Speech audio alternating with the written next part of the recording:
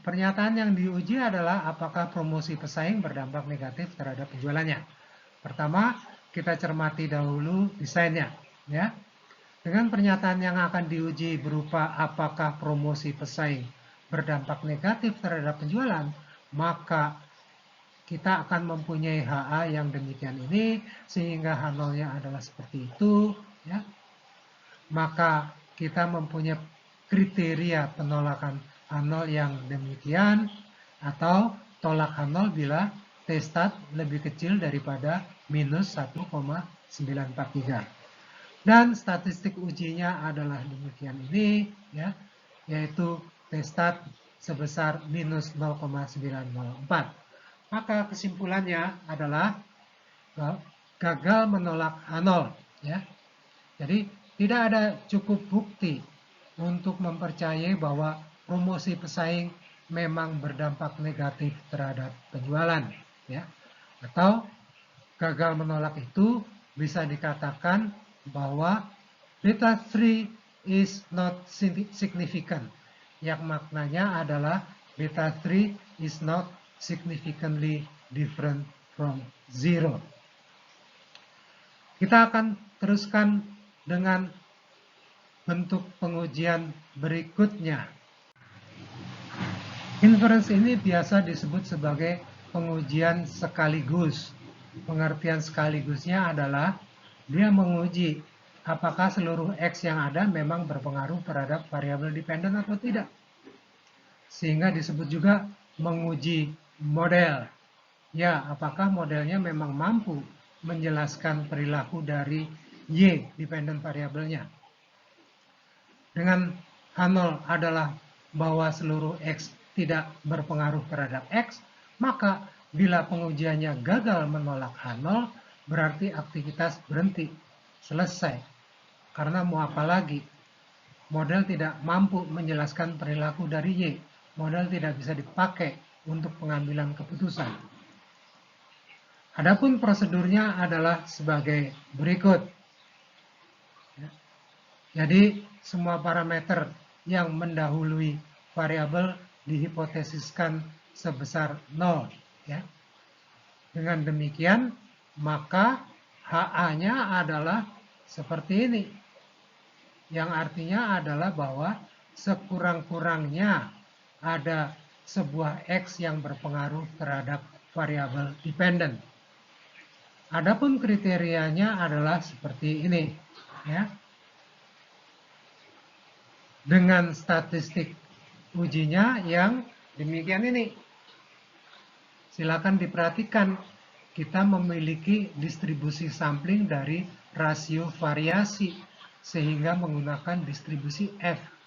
Variasi yang digunakan seperti yang digunakan ANOVA, yaitu pembilang adalah variasi yang dapat dijelaskan oleh faktornya, dan penyebut adalah variasi karena error, dengan masing-masing dikontrol oleh derajat bebasnya.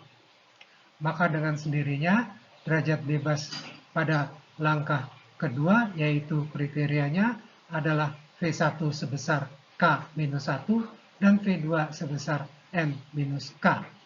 Ingat, K adalah banyaknya parameter. Bila akan menggunakan p-value, maka besarnya p-value adalah sebesar probabilitas F lebih besar daripada F statistik yang diperoleh pada langkah ketiga di atas. Kita lihat contohnya. Pada kasus penjualan sebelumnya ada 3 buah independent variabel, sehingga beginilah desainnya. Dengan HA seperti ini. Ya.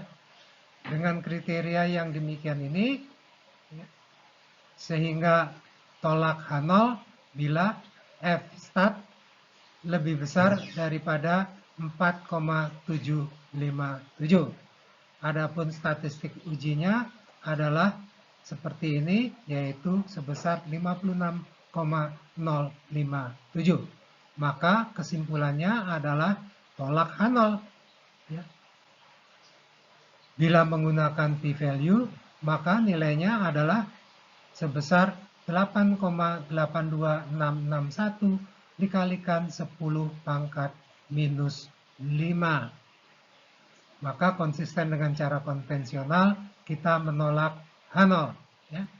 Baik, kita lanjutkan. Ada sajian Excel yang sebelumnya ditunda penjelasannya, yaitu adjusted R-square. Untuk itu disajikan kembali tabelnya. Kita akan memulai dari R-square. Perhatikan formulanya. Sebagai rasio antara variasi total yang dapat dijelaskan oleh model SSR terhadap keseluruhan variasi dari Y, maka besaran ini dapat diartikan sebagai goodness of fit dari model. Seberapa bagusnya model dalam menjelaskan perilaku yang ada pada Y. Sehingga semakin besar atau semakin mendekati 1, maka dikatakan bahwa modelnya bersama dengan para explanatory variablesnya itu makin baik dalam menjelaskan Y. Dari R-square, dengan mudah kita bisa menghasilkan yang namanya multiple R, yang berupa akar pangkat 2 darinya.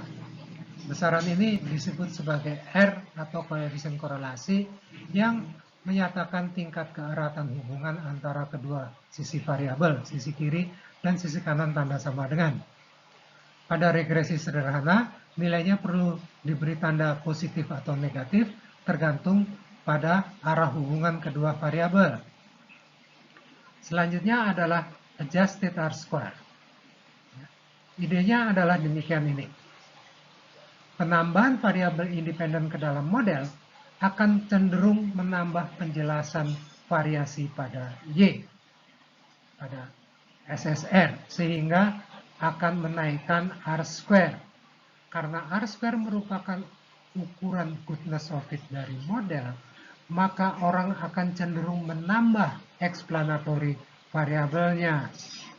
Mungkin saja bahwa variabel yang ditambahkan itu tidak terlalu relevan atau tidak terlalu berarti dalam menaikkan penjelasan pada variasi yang ada pada Y.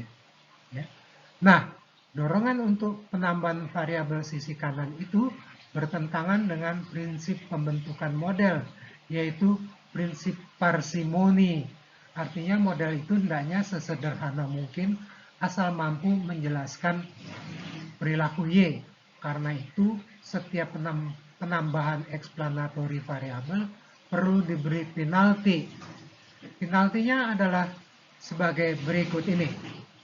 Jadi, R kuadrat adalah SSR dibagi SST atau 1 minus SSE dibagi SST.